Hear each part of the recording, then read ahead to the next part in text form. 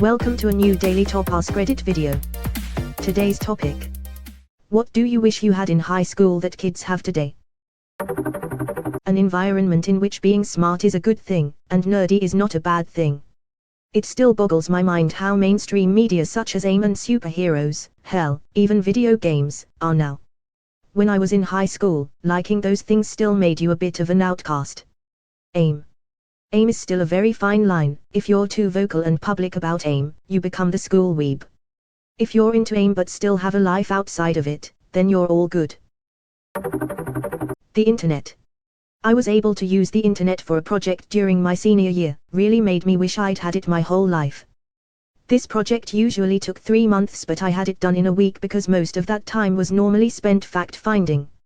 As someone who grew up with the internet, I feel I take it for granted now. My son is in his high school's robotics team. They have tons of tools to build robots to compete, including a big machine that cuts sheets of metal based on what digital file you send it. I'd have loved to have had that. When I was in high school, the most advanced tool I had access to was a dot matrix printer. I wowed my classmates with my complex report covers made with word art and highly pixelated graphics. Word art. Peak visual design. https://gallery/jmtqea2. Yeah, this. I mentor a first robotics team, and this is exactly what I would have wanted in high school.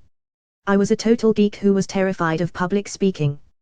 Robotics would have given me a chance to use my skills and interests instead of hiding them, make friends with like-minded people and learn to communicate better.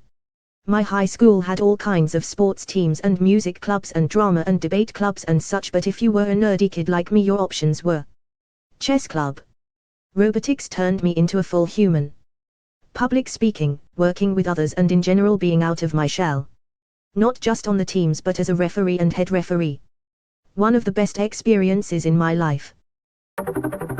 MP3 players / Spotify and the like. I had to carry around my Discman on my long walk home from school. Even with it to skip, it would still buffer every now and then. Don't get me started on batteries too. Nowadays it's so easy to listen to anything at any time, back then it wasn't. I'm still discovering new music from 20+ years ago thanks to Spotify. So much easier than sitting next to the radio with your finger on the record button so you could capture your favorite songs on cassette tape. Are the days of taping Radio 1 charts on a Sunday. Class of 1984, a word processing program. I cannot write or type for shit, I have dysgraphia. If I could have been able to get words on paper as easily as we can do now, who knows how my life might have turned out. This is something I'll never ever take for granted. I hate online textbooks, online grade books, and Dropbox assignments, but I really do love being able to type up assignments. I find online textbooks useful, especially when using Ctrl+F to find quotes and excerpts. Digital photography. I have so few pictures of friends and good times we had during high school because no one carried around a camera and bothered to get film developed. Of the ones we did have, most are long gone with no negatives to get them reproduced. Edit. To all of the folks saying to be glad because there aren't that many pictures to come back and haunt you. When you're in your 50s you'll be amazed at just how few people give a crap about the stupid stuff you did in high school. We all did stupid stuff, no one is unique in that aspect, you just grow to realize it wasn't really all that stupid. I was that annoying girl that brought her Canon DSLR with her every day and kept filming and shooting without consent.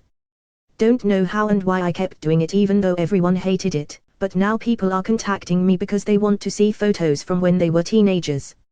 I did the same thing. I shot slides because they were cheaper to develop than color prints. Now, I have a box of at least 3,000 slides that I'm scanning to make digital copies. They're from the late 60s into the 80s. Now it's so easy to tweak the exposure and color. I was in high school in the era of bringing a disposable wind-up camera to a dance. I love all those overexposed photos. Washed out foreground, pitch black background, random girl's nose is the only thing in focus. Yup. Programming classes. I seem to have just missed that after I graduated. I took my first high school programming class in spring of 1978. I went to the same high school as my dad. He did a programming class back in the 70s. From 2000 until a few years ago all the IT was pretty much about using MS Office, Word, Excel etc. They started teaching programming again a few years ago. I just find it funny how they stopped for so long. I'm doing a degree in CS, so it would have been nice to have been introduced to it much sooner. I find it really interesting. Khan Academy. It would have been cool to have access to Khan Academy when I went to school. It's still cool to have access to it today outside of school. The stuff you can learn on there is insane. The Holy Roman Empire was not holy, not Roman, and not an empire. 5 minutes later on the same website. How many muscles do I use when I shoot a free throw? Thanks Libero, let's take a look. Same damn website 5 minutes later. The quadratic formula is b plus or minus b2 to 4ac /2a. All of this provided free of charge. Khan Academy is truly a gift to humankind. Absolutely.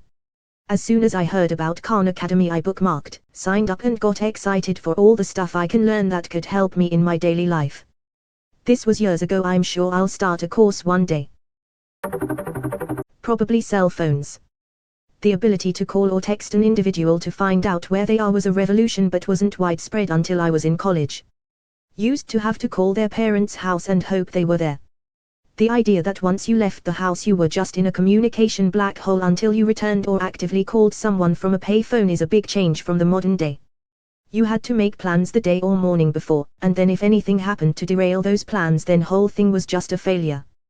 I remember making the collect call and instead of my name I'd say pick 'm up real quick, and after the message played my mom would decline the charges and know to pick me up. Those were the days. Way had Ababit say boy. Yeah, but fuck. Teachers were on a warpath when they first came out.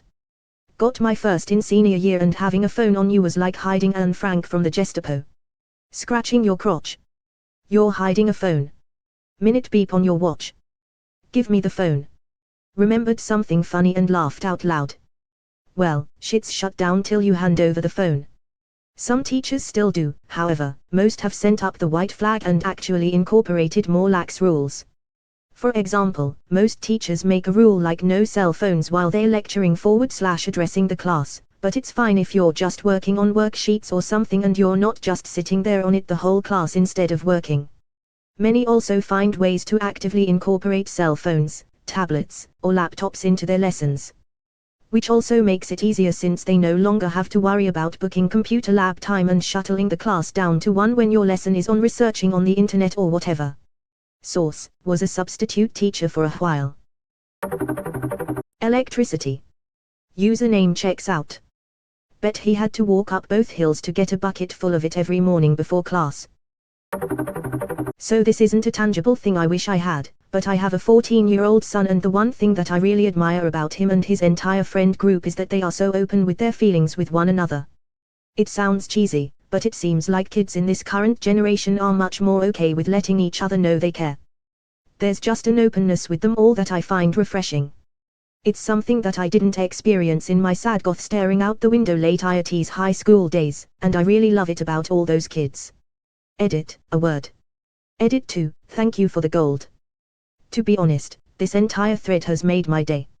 I am so happy that it seems like there are a bunch of kind kids growing up out there. I know there will always be turds in the punch bowl, but it makes me feel hopeful that the younger generation seems to be doing things right.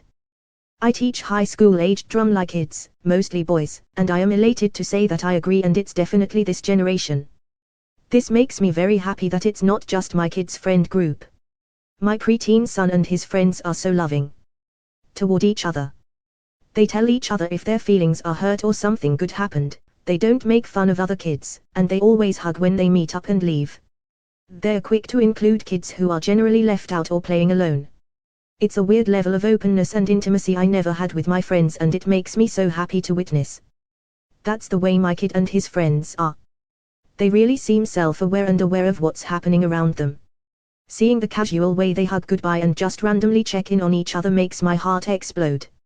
It's weird seeing that improved behavior in a generation where non-stop cyberbullying is also driving kids to suicide. The spectrum is still so wide. My wife works in a library in a rough neighborhood, and it's kind of weird how some things apparently change and some things stay the same. She says there are way more openly gay teenagers and young kids walking around, making friends, and finding acceptance, way more than we would have ever seen 20 years ago. On the other hand, when kids do get bullied for whatever reason, it can feel non-stop due to social media and texting.